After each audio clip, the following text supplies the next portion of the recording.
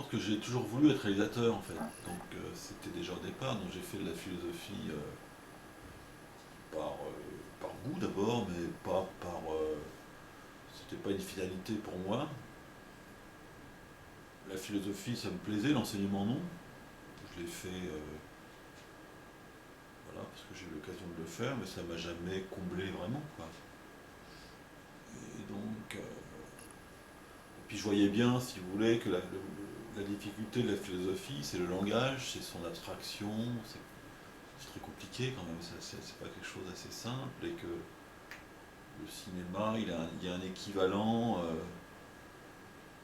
par l'image qui est finalement quasiment égal, quoi. Je pense qu'on peut faire de la philosophie par l'image, c'est plus facile, c'est plus simple pour raconter une histoire, mais ça pose des questions philosophiques, donc je me suis prolongé dans le cinéma, en fait, c'est plutôt un prolongement qu'un virage. C'est philosophique, quoi, c'est pas différent, je pense pas qu'il y ait une différence.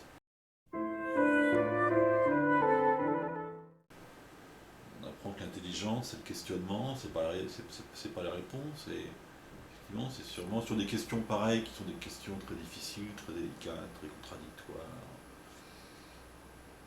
L'amour de Dieu, la violence, tout ça, c'est quand même des domaines assez obscurs, quoi. Voilà, et moi, je filme vraiment comme ça, c'est-à-dire je filme pour voir, quoi. Genre, en même temps, j'en sais rien, quoi. J'ai pas de savoir, j'ai pas de déclaration à faire sur le cheminement d'Adovich en disant, voilà, c'est ce que je crois aujourd'hui, absolument pas. Je vois qu'aujourd'hui, il y a des gens qui confondent l'amour de Dieu et le terrorisme, là, qui font les deux en même temps. C'est assez troublant. Et donc j'essaie d'aller voir dedans, quoi. Mais il n'y a pas de réponse à cette question.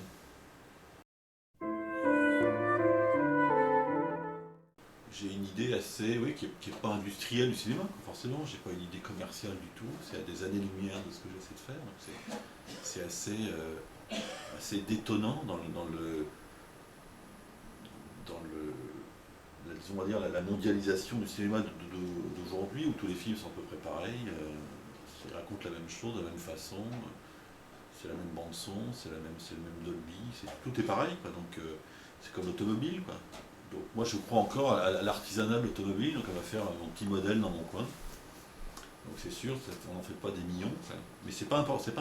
C'est-à-dire que le contentement, la joie n'est pas le nombre d'entrées, quoi. Ça n'a rien à voir, quoi. C'est une autre échelle, c'est pas la même planète. C'est-à-dire que et ça, il y a des gens qui sont contents parce qu'ils font beaucoup d'entrées, alors qu'ils font un cinéma très médiocre. Vraiment, très médiocre. Mais pour eux, c'est bien. Je suis pas là-dedans. Les trois quarts, même tous, quasiment tous, ils n'ont aucun désir de ça. Donc ils sont déjà prémunis. C'est-à-dire que le problème, c'est le désir de ça. C'est le désir de faire du cinéma que vous n'en faites pas, vous êtes malheureux.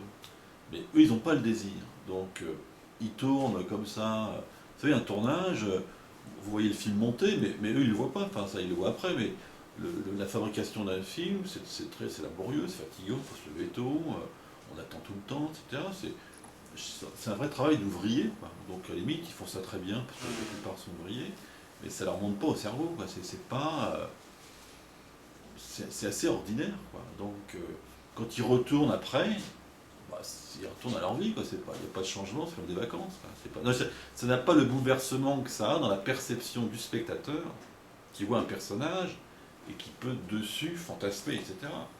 Parce qu'en même temps, eux, quand ils voient le film, comme c'est eux, ils ne se voient pas. Donc, ils n'arrivent pas à voir. Donc, du coup, ils ne voient pas le film, puisque leur propre image empêche de rentrer dans le personnage. Donc, ils sont protégés. Donc, du coup, il ne se passe rien. En fait. C'est-à-dire ça s'annule. Donc, il n'y a pas de. Ou c'est plus gênant. Enfin, moi, je vois que c'est pour ceux qui veulent continuer. Mais voilà, donc ça, c'est plus gênant parce que c'est pas évident, quoi. C'est pas simple, c'est un métier difficile, etc. Mais beaucoup sont très contents. Adovich, elle voulait pas faire du cinéma avant, elle n'a pas voulu en faire pendant, elle ne veut pas en faire après. Donc elle va bien, quoi, y a pas de. Sa vie est la même, quoi. Vraiment, donc ça change rien.